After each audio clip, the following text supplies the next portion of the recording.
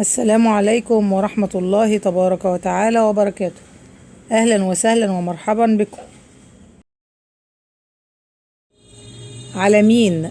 ربنا مقوينا ودايما حمينا، طول ما احنا ما بنعملش شر دايما هنرسى على بر.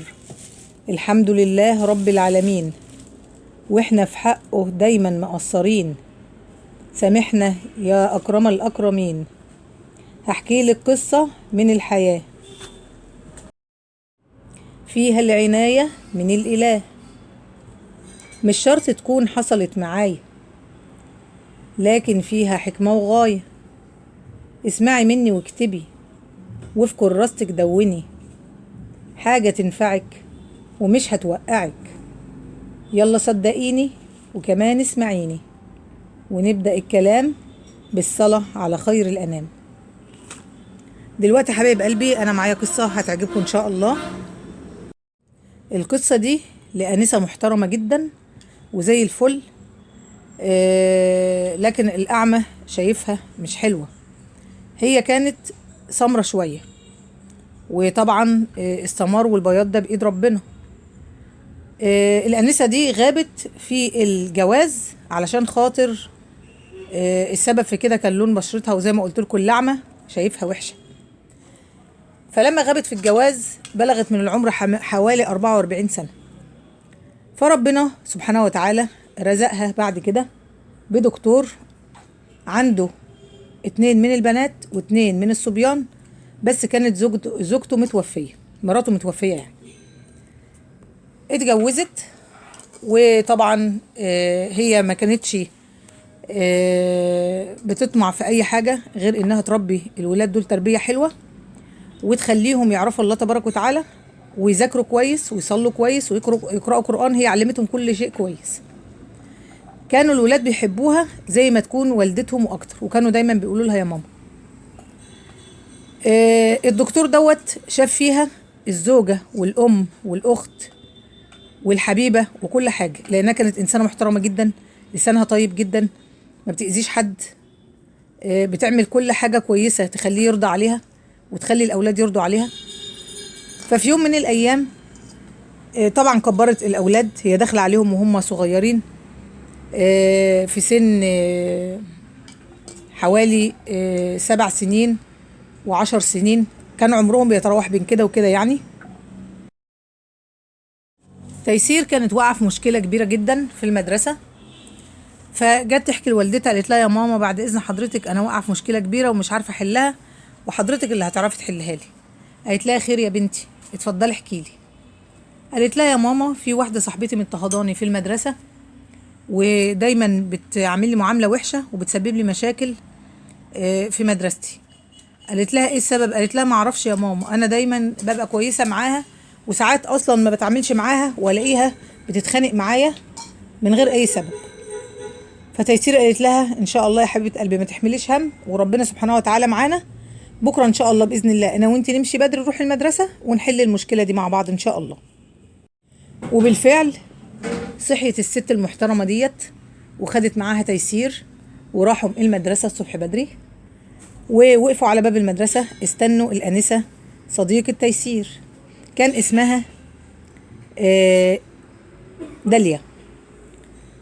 فمامة تيسير ندهت على داليا، قالت لها تعالي يا داليا لو سمحتي أنا عايزاكي في موضوع. فقالت لها خير يا طنط. قالت لها انت ليه يا داليا دايما بتتخانقي مع تيسير وبتعملي خلافات ومشاكل مع ان هي بتحبك وبنت مؤدبة جدا؟ قالت لها حضرتك هي دايما بتتكلم عليا كلام وحش مع صاحبتي، وصاحبتي بتنقل لي الكلام اللي هي تيسير قالته عليا، وانا بزعل من الكلام ده يا طنط. فطبعا الست المحترمة ديت قالت لها كده انت غلط اللي انت عملتيه يا داليا، لازم الاول تتحققي من الكلام اللي جالك، زي ما قال الله تبارك وتعالى بسم الله الرحمن الرحيم: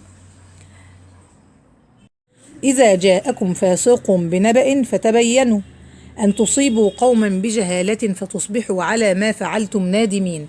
صدق الله العظيم تبارك وتعالى. فالأم قالت لها تعالي يا داليا وتعالي يا تيسير ونروح للبنت اللي بتنقل الكلام بالغلط ديت وبتعمل المشاكل وواجهكم بها. وبالفعل الأم واجهت تيسير وداليا، والبنت اللي بتنقل الكلام الغلط اللي مش مظبوط. ففعلا طلع ان البنت دي كدابه وبتنقل كلام مش مظبوط ومش كويس علشان توقع بين داليا وتيسير. فطبعا لما داليا عرفت الغلط جاي منين اتأسفت لمامة تيسير وقالت لتيسير انا اسفه يا تيسير، انا من دلوقتي هكون اختك وانت هتكوني اختي وهنكون اصحاب، وكل اللي بينا هيكون ود وفرح ومفيش مشاكل بيني وبينك بعد كده يا تيسير، واقبلي اعتذاري واسفي.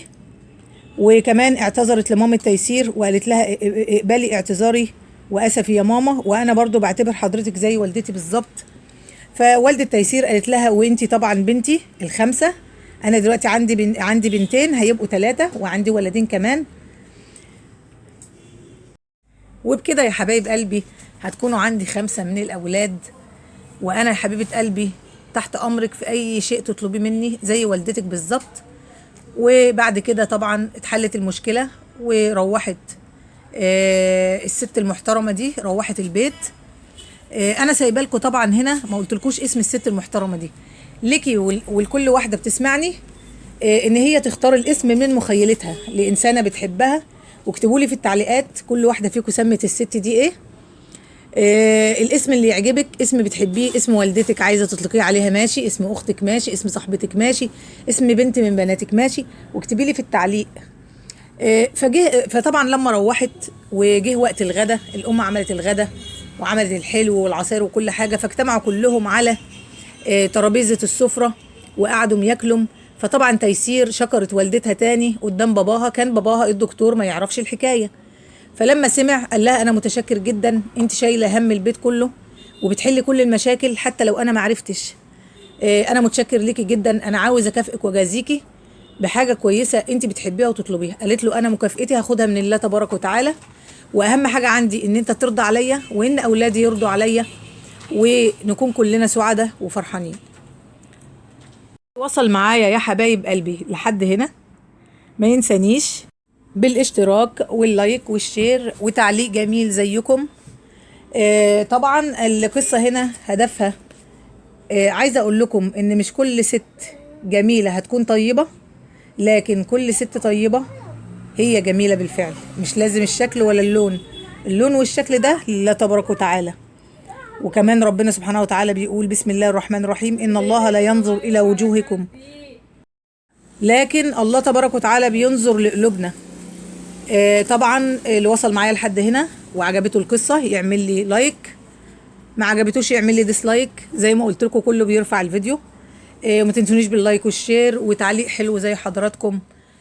تعليقاتكم بتفرحني وانا بحبكم في الله. طبعا انا عملت الروتين دوت تجميعة كده من فيديوهات جديدة مش قديمة. حبيت ان انا احط الصوت عليها، حبيت ان انا ابعد عن الروتين اللي بعمله كتير، او روتين ان انا اطبخ واطلع اتكلم على الطبخة بس ودي مكوناتها ايه ودي طريقتها ايه. حبيت ان انا احط لكم الصور ديت منها تستفيدوا، ومنها حبايب قلبي برضو ان شاء الله باذن الله برضو دي قصه حلوه تفيدكم. لو عجبكم الاسلوب في السرد بتاع الحكايه، او ان انا اسلوب حكايه القصه اللي انا قلتها دي، اكتبوا لي في التعليقات. ولو حابين اكتر لكم طبعا انا هعمل فيديوهات برضو بنفس الشكل ده كتير، وبرضو هعمل فيديوهات طبخ برضو كتير ان شاء الله باذن الله، ويا رب تحوز على اعجابكم. دي كده حبايب قلبي. دلوقتي بقى كانت قدامكم ملوخيه، اللي قبلها كان طبعا قلقاس. انا عامله فيديو عن القلقاس ازاي طريقه عمله بالظبط من اول غسيله لحد تفريزه. دي ملوخيه طبعا جبتها ونضفتها وغسلتها، قطفتها الاول طبعا وبعدين غسلتها وحطيتها على على ملايه. ممكن تظهر دلوقتي مع حضراتكم الملايه بعد شويه اهيت زي ما شفتوا دلوقتي، ملايه نظيفه جدا او فوطه مطبخ تكون نظيفه. ليه بقى انا عملت كده؟ طبعا علشان خاطر اصفي الميه اللي في قلبها، لان القماشه ديت او الملايه او الفوطه النظيفه هتشد الميه كلها وتسهل عليك عمليه ان الملوخيه بتاعتك ديت تنشف بسرعه. سواء بقى حضرتك هتعملي الملوخيه دي ناشفه او هتطبخيها، يعني تعمليها خضره يعني. يا رب يعجبكم الفيديو حبايب قلبي. ويحوز على اعجابكم. وطبعا الروتينات ديت بتفيد ليا وليكم. وكمان دلوقتي هندخل على الغسيل. كنت مشغله على دوره زي ما حضراتكم عارفين، انا بعمل فيه الغساله العاديه.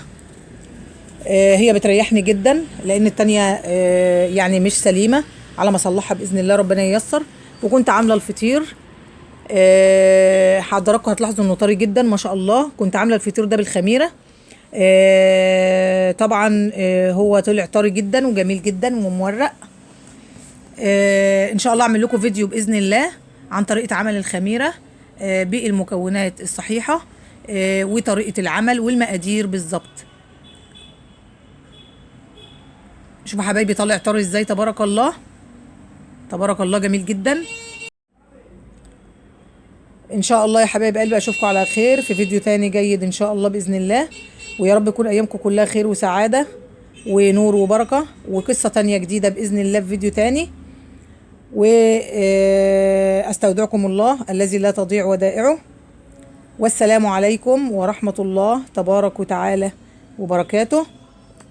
اشوفكم في فيديو جديد يا حبايبي ان شاء الله. السلام عليكم ورحمه الله تبارك وتعالى وبركاته.